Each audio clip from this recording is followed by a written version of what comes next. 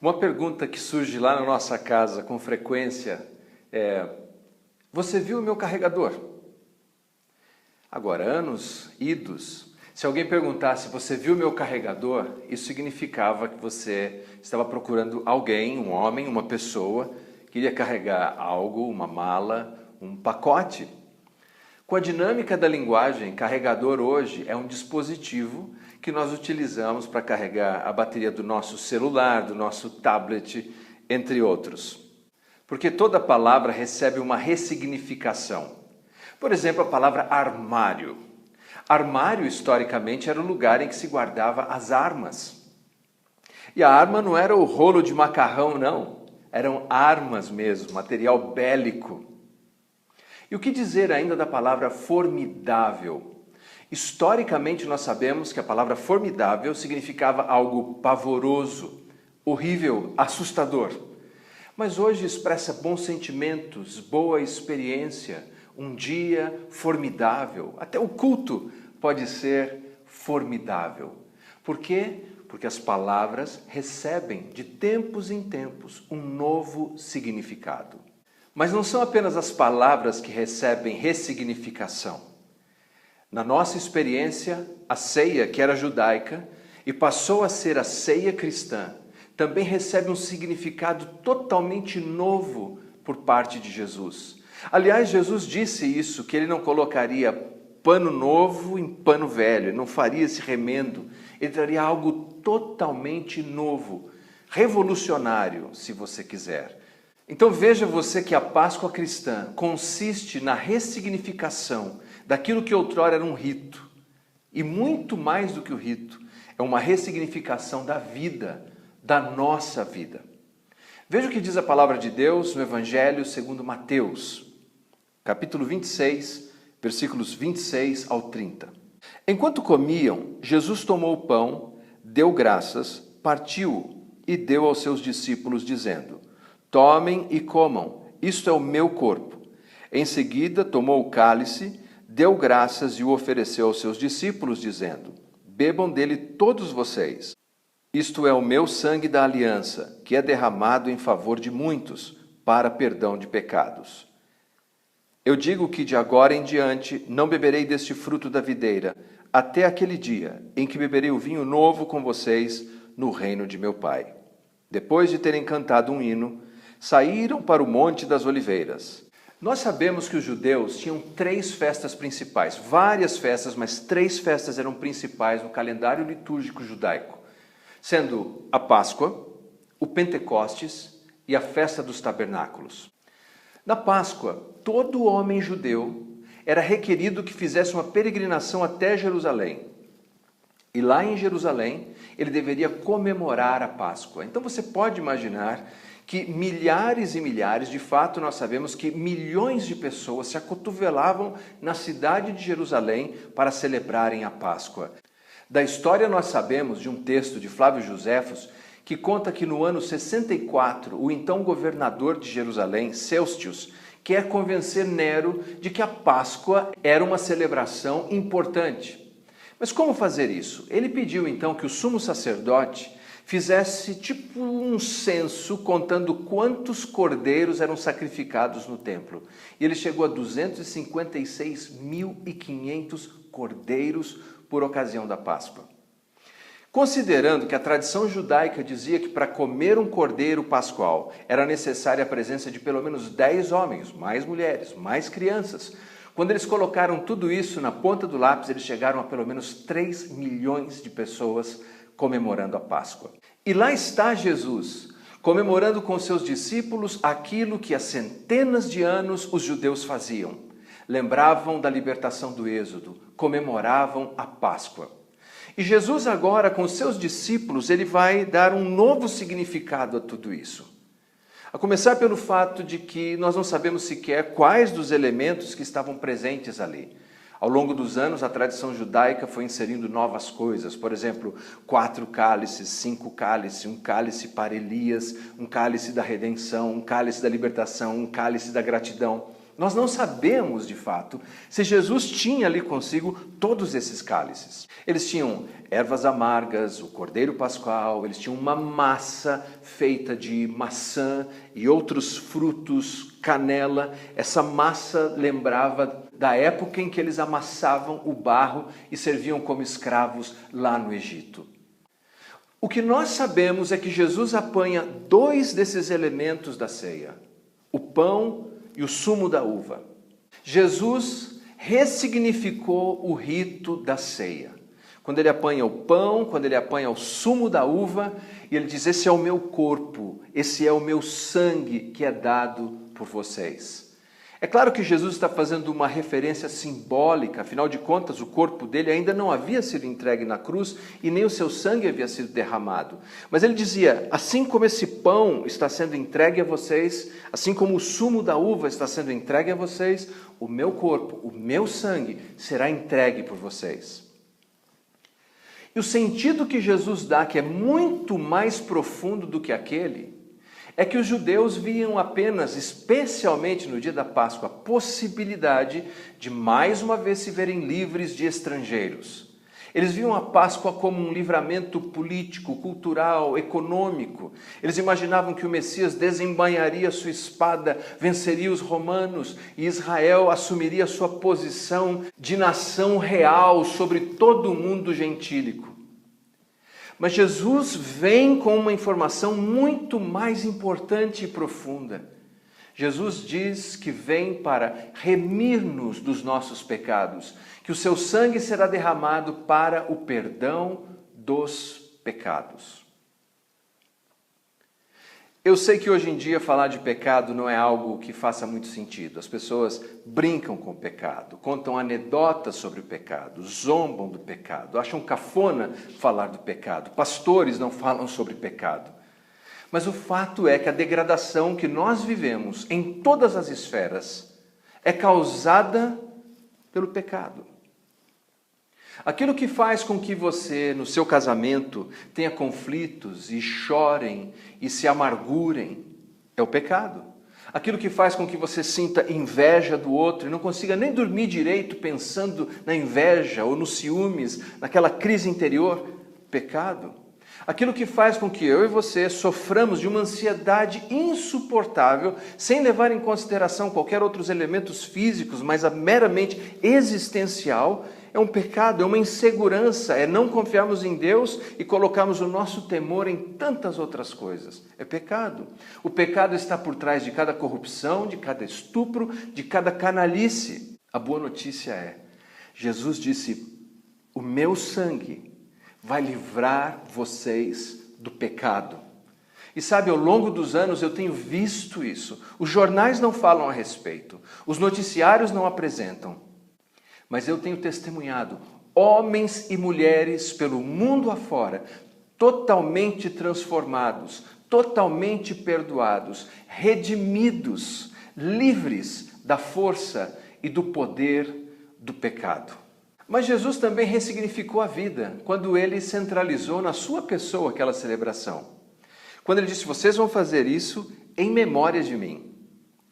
Convenhamos, qualquer pessoa que diga: olha, eu quero que vocês se reúnam regularmente e fiquem se lembrando de mim, façam em memória de mim, bebam, comam em memória de mim, a menos que essa pessoa tenha muita certeza da sua identidade, nós estamos falando de um megalomaníaco. Nós estamos falando de alguém que tem uma mania de grandeza insuportável. Mas esse não é o caso de Jesus. Ele não disse apenas para lembrarmos da sua morte e da sua ressurreição. Ele disse: façam em memória de mim, lembrem-se de mim. E não é o que precisamos? Não é isso que dá um novo significado para a vida? Quando enfrentamos a tempestade e lembramos em memória de Jesus, lembramos de Jesus que Ele está no nosso barco, quando lembramos que Ele pode, com uma palavra de ordem, acalmar a mais severa tempestade, nós encontramos tranquilidade e paz. Quando enfrentamos a dolorosa perda de alguém que amamos e nos lembramos da palavra de Jesus dizendo: eu sou a ressurreição e a vida, quem crê em mim jamais morrerá, nós encontramos consolo. Quando nós passamos por privacidade e nos falta, ou temos a escassez do pão na mesa, quando enfrentamos tamanha dificuldade, nós nos lembramos que Jesus alimentou uma multidão com um punhado de pães e peixes. E isso nos traz de novo esperança. É em memória de Jesus que a vida toma um significado totalmente novo. É quando colocamos a nossa esperança e confiança, lembrando de quem Ele é que temos certeza de que a vida tem um novo significado. É por isso que ao comermos do pão, ao bebermos do cálice, em memória do Senhor, a vida tem um novo significado, tem um novo sentido. Quando nos sentimos exaustos, cansados, e quem não se sentiu assim? Quem não se sentiu totalmente desanimado? E nos lembramos das palavras de Jesus dizendo: vem a mim, você que está cansado, você que está se sentindo sobrecarregado, venha a mim e eu te aliviarei. Jesus dá um novo significado. Eles não deveriam apenas lembrar do êxodo, eles deveriam lembrar dessa passagem, que a vida agora tem outro sentido, porque Jesus é o caminho, a verdade, a vida. Assim, Jesus, na ceia, ele dá uma ressignificação ao sentido do que é celebrar isso. E terceiro, Jesus ressignificou a aliança. Mas o que é uma aliança? Nós sabemos que a aliança é um acordo entre duas partes, não exatamente como os contratos que nós temos hoje. Mas, por exemplo, a Bíblia fala de várias alianças. Fala de uma aliança eterna, no livro aos Hebreus. Fala de uma aliança edênica, que acontece entre Deus e Adão. Fala sobre a aliança noética, entre Deus e Noé. Uma aliança entre Abraão e Deus, aliança abraâmica. Uma aliança entre Moisés e Deus, aliança mosaica. A aliança palestiniana, a aliança davídica e a nova aliança. Agora, a natureza das alianças, elas são variadas. Nós temos alianças condicionais e alianças incondicionais. Por exemplo, a aliança feita no Jardim do Éden, a aliança edênica, era uma aliança condicional. Se eles não comessem da árvore do conhecimento do bem e do mal, poderiam ficar no jardim de Deus e desfrutar de todas as bênçãos. Já a aliança abraâmica foi uma aliança incondicional. A história nos diz que Deus ordenou a Abraão que abrisse ao meio vários animais. E era assim que eles faziam pactos naquela região, especialmente na antiga Mesopotâmia. Eles abriam os animais ao meio e as pessoas que estavam celebrando um pacto, estavam celebrando uma aliança, passavam entre os animais. A mensagem era muito clara. Quem violasse aquela aliança, quem violasse aquele pacto, sofreria o que aconteceu com os animais, ou seja, que fosse despedaçado. Mas a história bíblica nos diz que Deus fez cair uma sonolência sobre Abraão e Deus não permitiu que Abraão passasse por entre os animais, mas o próprio Deus passou. O que Deus estava dizendo era: Abraão, apesar de você, ainda que você erre, ainda que você falhe, ainda que você não faça as coisas direito, eu estou garantindo essa aliança. A aliança era unilateral, a aliança era incondicional. Por outro lado, a aliança mosaica e a aliança palestiniana, isso é, aquela de Moisés que diz assim: bendito serás no caminho, bendito serás na cidade, bendito será no campo, ou maldito será na cidade, maldito será no campo. Essa mensagem sintetizava o que nós chamamos de pacto suzerano. O pacto suzerano era quando um rei assumia o controle sobre um determinado povo e dizia para eles: aqui estão as regras, se você cumprir isso, eu vou fazer isso. Se vocês se comportarem bem, eu protejo vocês, eu ajudo vocês, eu vou alimentar vocês. Mas se vocês não obedecerem às minhas regras, tudo isso será tirado de vocês. Era essa a experiência do pacto mosaico e o pacto palestiniano. O pacto palestiniano consistia no seguinte: se Israel obedecesse a Yahvé, o seu Senhor, eles teriam o direito de desfrutar da permanência na terra. Se desobedecessem, então Deus poderia enviá-los para o exílio ou permitir que povos estrangeiros entrassem na terra de Israel. Bem, as duas coisas aconteceram porque eles não cumpriram a parte que lhes cabia do pacto. Quando Jesus fala dessa nova aliança, evidentemente ele se reporta a uma mensagem proferida pelo profeta Jeremias. E a palavra de Deus diz assim: Eis aí vem dias, diz o Senhor, em que firmarei nova aliança com a casa de Israel e com a casa de Judá, não conforme a aliança que fiz com seus pais, no dia em que os tomei pela mão, para os tirar da terra do Egito. Porquanto eles anularam a minha aliança, não obstante eu os haver desposado, diz o Senhor. Porque esta é a aliança que firmarei com a casa de Israel, depois daqueles dias, diz o Senhor. Na mente lhes imprimirei as minhas leis, também no coração lhes inscreverei. Eu serei o seu Deus, e eles serão o meu povo, pois perdoarei as suas iniquidades e dos seus pecados jamais me lembrarei. Agora, essa aliança de Jeremias é uma aliança melhor que a antiga. Não porque a antiga tivesse qualquer problema de natureza sagrada. Não porque houvesse de fato alguma deformação na antiga. O problema é que ela não funcionava. Não funcionava porque os homens são incapazes de obedecerem à lei de Deus. Mas na nova aliança, Deus daria o seu Espírito Santo, escreveria suas leis dentro do coração do homem. E o homem desejaria obedecer a Deus. E o conhecimento do Senhor se espalharia por toda a terra. A nova aliança é melhor. E a nova aliança é uma nova aliança incondicional. No sentido que ela é recebida exclusivamente pela fé.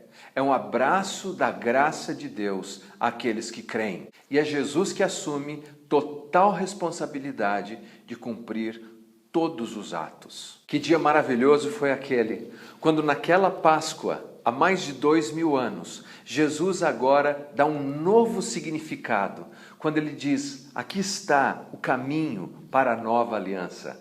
Aqui está o caminho como a nova aliança vai se consolidar. E assim Jesus ressignifica todas aquelas coisas. E ao fazer isso, Jesus dá um novo significado para todos nós. Essa nova aliança maravilhosa, feita assim com Israel, se desdobrou e derramou, alcançando os gentios e abençoando a cada um de nós.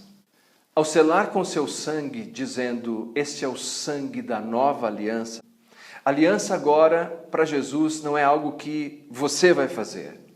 É um pacto, não um contrato, mas um pacto em que Jesus diz: eu vou fazer. Assim como ele passa a apresentar o seu sangue, ele oferece, ele serve o seu sangue, ele serve o pão. Eles apenas tomam das mãos de Jesus aquilo que Jesus lhes dá. Note a dinâmica dos verbos. Jesus partiu o pão, tomou o pão, deu aos seus discípulos. É Jesus quem dá na nova aliança, é Jesus quem faz na nova aliança. E nós somos apenas recipientes dessa maravilhosa graça. É uma aliança totalmente fundamentada na doação do amor de Deus. É assim que vemos Jesus trazendo à lume aquilo que havia sido prometido pelos profetas de outrora, como Jeremias, que falava dessa nova aliança. Agora ali está, diante deles, tudo novo, tudo tem significado novo. A vida já não é mais como era. E nós podemos concluir que, nesse sentido, a vida cristã não é o que eu faço para Deus, mas é o que Deus faz por mim. É o Deus que dá o seu Filho, é o Filho que se entrega na cruz, é o Filho que nos doa do Espírito Consolador. A vida cristã tem como a sua essência essa adoração maravilhosa, que nós nos calcamos, nos alicerçamos na segurança daquilo que Ele faz por nós. E é isso que vemos acontecer depois da ceia. Jesus é crucificado, Jesus morre, Jesus é sepultado, mas ao terceiro dia Ele ressuscita.